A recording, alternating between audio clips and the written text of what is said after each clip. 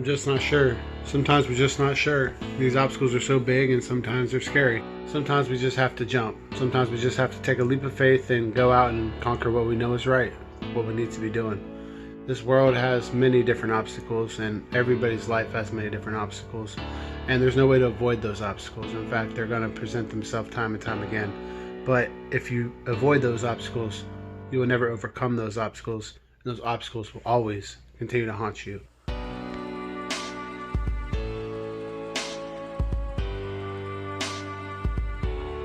The laws don't exist to forbid people from having tigers as pets.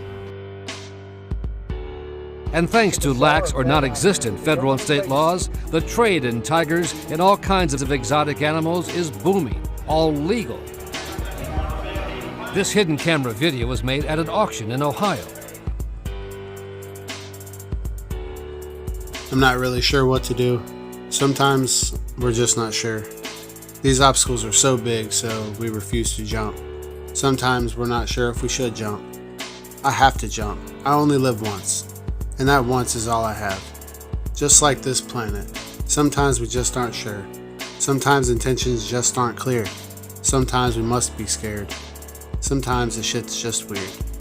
Sometimes the shit's not fair. But across America, thousands of tigers, bears, and other dangerous animals are being kept in homes as pets, legally. In fact, the Humane Society of the United States says there are likely more tigers living in American communities than there are in the wild. Driving down the road just the other day, I saw a snake.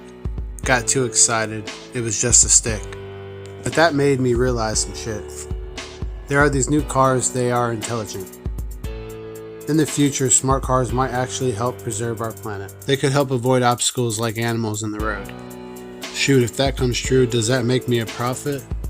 No, I'm just stating the obvious. We can have cars that reduce emissions, yet another step towards saving our planet. But damn, I just realized that's a misconception. See, nobody has had to save the planet since its conception. We just have to save the things that allow us to exist in it. I realize we can't save everything, but everything we can save is important. I saw this post on Facebook just yesterday, a patternless Florida pine. And yet somebody thought that it actually could present harm to one of their animals. A million things running through my mind, a million different things to say. But I realized to be mean, cruel, that's just not the way. If we want to win, it starts with education. This beautiful orca is exhibiting its own genetic mutation. It's more gray than it is black.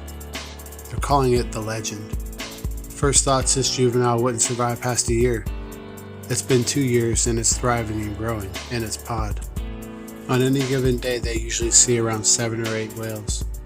But on this one occasion, there was up to 30 different whales in 7 different pods. There are 1 in a million events happening everywhere. Have you heard about the yellow cardinals? Yet another genetic mutation. Is this a sign or some kind of a next step in our evolution?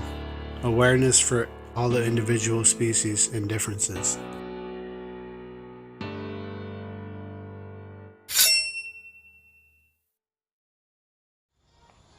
This is roughly 2 minutes into it. Everyone wants to save the planet. I know we can do it. We are the many. Welcome to the colony. Together we have the power to improve our planet. Don't ever underestimate it. The tools are right in front of us. It's your heart and mind at your fingertips, and now we have the connections. We're building a team with a mission, all about conservation. Communication around the earth only takes seconds. Together we will change this planet. All this talk about extinction, so many good reasons to listen. Our existence. Grow a garden and reduce your dependence. Put native trees and flowers in it. Bees and butterflies pollinate them. Seeds fall and create new plant seedlings. These plants take in carbon and create oxygen. That is a step towards a solution. That is your power in action. Making a difference, you have our support, friend. Thank you for every moment you listen. If you choose to, thank you for your subscription. I put everything into this content. It's our one and only planet. All the support, I truly appreciate it. Your love alone makes it worth it. I've been stung over a dozen times. I'm not sure how many different places. By over a dozen different species, most with similar reactions. We must respect these bees for pollination. A little sting that is nothing. That's just their form of protection. We live in a colony. Are we really that different? New videos here every Thursday. That is my commitment. If you have the power to do something positive, you have the responsibility to do it. Well, I said it. I guess I'm obligated. I convinced myself and I'm excited for the changes. We need to be self-aware and stop waiting for legislation, because growing more food means less pesticides to produce it, which means more pollinators like bees will not be affected. Growing our own food means an opportunity for you to teach a child what real food is, because growing food for you means less fuel for transporting it. More food for you means less greenhouse gases. More food for you means less pollution and fertilizer in our water systems. Welcome to the great outdoors, friends. Let's make a difference.